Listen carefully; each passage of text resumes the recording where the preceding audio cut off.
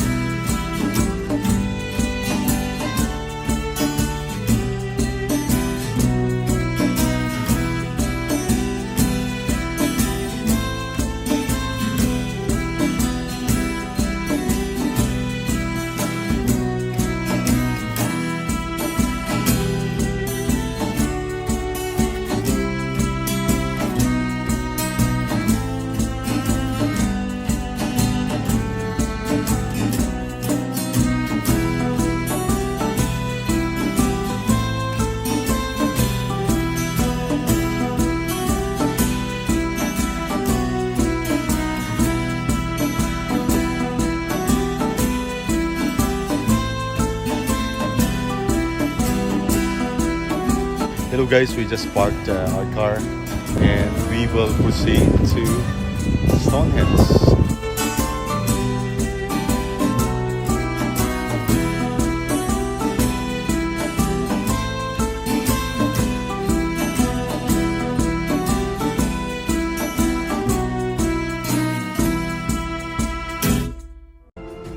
So we're going to buy a ticket first.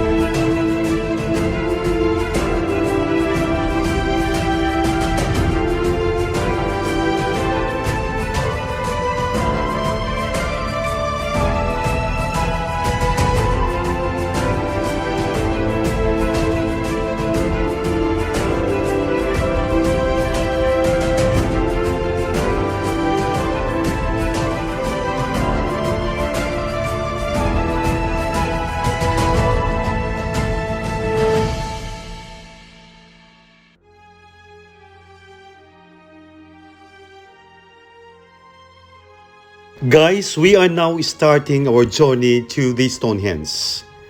The one you are seeing now are the Neolithic houses. The dwellings are situated just outside the visitor and exhibition center. They are surprisingly bright and airy spaces, a thatched roof, knotted or tied straw carefully secured into a hazel woven frame. Around the walls stands wooden about the houses and to demonstrate the daily activities of the builders of Stonehenge, from grinding grains with a quern and a rider to make a rope out of rushes. The Neolithic houses help to reconnect the ancient stones with the people that lived and worked in the Stonehenge landscape. Visitors can step through the door of these houses and get a real sense of what everyday life might have been like when Stonehenge was built. The recreated houses are closely based on the remains of Neolithic houses discovered during excavation in 2006 and 2007 at Dorrington Walls, a large ceremonial earthwork enclosure just over a mile to the northeast of Stonehenge. Radiocarbon dating showed that the buildings were built at around the same time as the large shards and stones were being put up at Stonehenge in approximately 2500 BC. The houses were built by a 60-strong team of Englishheritage volunteers under the guidance of experienced staff from the Ancient Technology Center, using authentic local materials, weaving hundreds of hazel rods through the main supporting sticks, touching the roofs and with straw, and covering the walls with a daub of chalk, hay, and water. In total, over 20 tons of chalk were used, as well as 5,000 rods of hazel and 3 tons of wheat straw. During the times of Stonehenge, these are the homes for the builders. The people who built and used Stonehenge probably lived in houses like this. They are recreations based on an archaeological remains of buildings excavated at Dorrington Walls, just over a mile from Stonehenge. The floors of 10 buildings were excavated, some within fenced enclosures, and it is likely that there were many more. They date from the same time that the stones were being put up at Stonehenge, about 2500 BC. From the remains of animal bones and pottery found near the houses, it appears that people were gathering at Dorrington Walls to feast, particularly at midwinter. This was not an ordinary settlement, but a place where people gathered to celebrate, conduct rituals, and perhaps live while they built Stonehenge. Preserved in the ground were the hard chalk floors of the houses, surrounded by stake holes marking the position of the walls. Although we do not know what the houses looked like above ground level, the stake holes give us good clues about the walls and the type of roof they could have supported.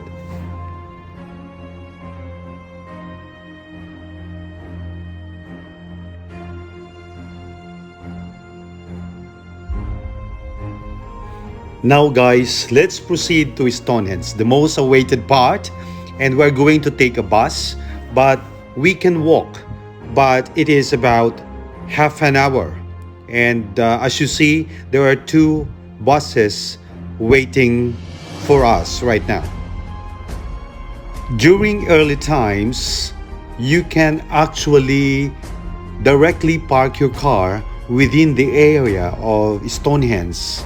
But due to restrictions and preservations of the Stonehenge Englishheritage, they prefer to chains to protect the heritage. But it is convenient anyway, as we are going to take the bus straight to Stonehenge.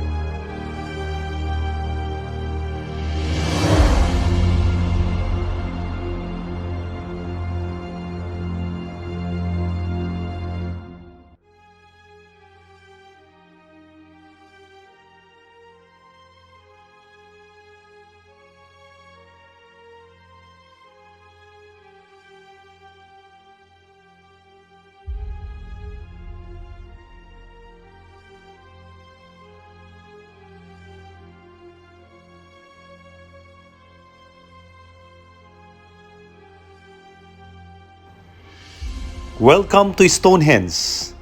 Guys, this is Stonehenge. Stonehenge is perhaps the world's most famous prehistoric monument. The chalked down land in the area of Stonehenge may have been an unusually open landscape. It is possible that this is why it became the site of an early Neolithic monument complex. This complex included as the causeway enclosure at Robin Hood's Ball, two curses monuments or rectangular earthworks, and several long barrows, all dating from the centuries around 3500 BC. The presence of these monuments probably influenced the later location of Stonehenge. It is possible that features such as the heel stone and had two entrances. It was an early form of henge monument. Within the bank and ditch were possibly some timber structures and set, but inside the bank were 56 pits, known as the Aubrey holes.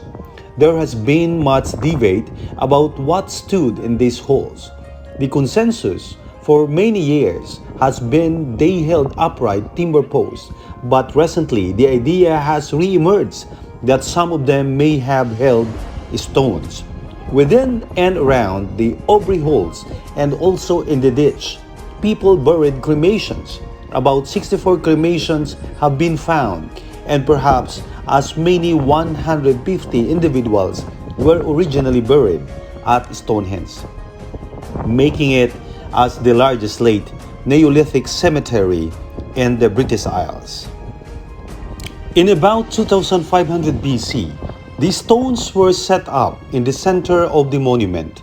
Two types of stone are used at Stonehenge: the largest sarcens and the smaller bluestones. The sarcens were erected in two concentric arrangements, an inner horseshoe and an outer circle. The bluestones were set up between them in a double arc, probably at the same time that the stones were being set up. In the center of the monument, the sarcens close to the entrance were raised, together with the four station stones on the periphery. About 200 to 300 years later, the central bluestones were rearranged to form a circle and inner oval. The earthwork avenue was also built at this time, connecting Stonehenge with the river Avon.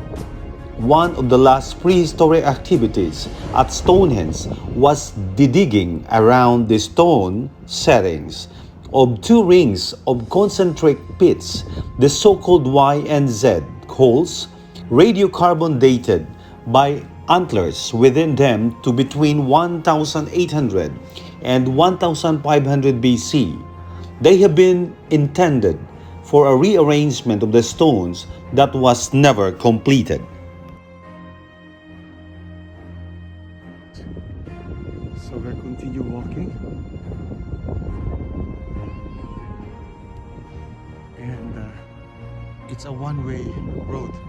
Before we can come closer, but because of the restrictions that they said this Stonehenge might fall and endanger the human, endanger the visiting tourist, and so they put some lines not to cross. But there's some area that we can come closer. So amazing. What you see now in here is actually a view. Maybe we are 100 meters closer away. So yeah, it's a cold afternoon, and we will just walk along the area with a couple of tourists around. And with me is my fellow YouTuber, Lars Miller TV. This is actually a collab. And I'll take this opportunity to thank her because she is a member of Englishheritage. That is why we managed to come again here for free. So thank you so much. You're welcome. Yeah, I hope you enjoy. I hope you come and visit Stonehenge. Yes, and of course, don't forget to subscribe as well to our channel. And we have a lot of good places to discover in the United Kingdom. As we continue our vlog. Cheers!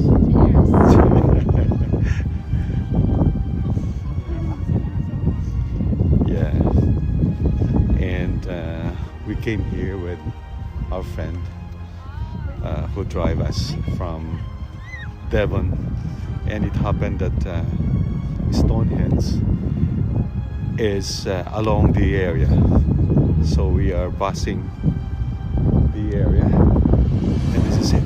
There are a series of speculations that it is about gods and belief that they built it for just like a fate ceremonial belief to gods, and some said that it was built by aliens and, you know, extraterrestrial people.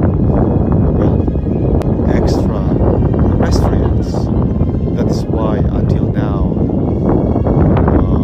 it is still undiscovered, and because the massive stones are amazingly used that couldn't be carried out by an ordinary people, because it's really very heavy stones that almost the size of a building is. So it's really amazing, and it's an opportunity to show it to you guys how beautiful it is.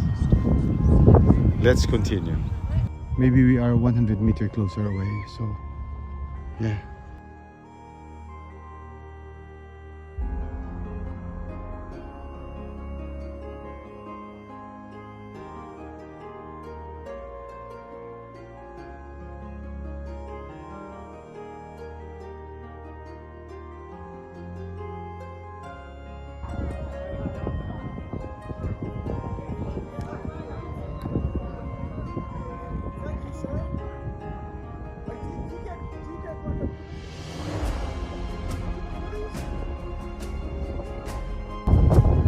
Hi guys, this is the most closest we can get to this Stonehenge. I think about 10 to 15 meters away, so we cannot really come closer, otherwise it will be very dangerous, as they said. So to avoid the accident, we just have to be here, and I think this is close enough to celebrate, close enough to show you how beautiful is the Stonehenge. Okay guys, this is it. Thank you very much for watching. I hope you enjoyed, but please don't forget to like and subscribe to my channel. Take care and God bless. Cheers!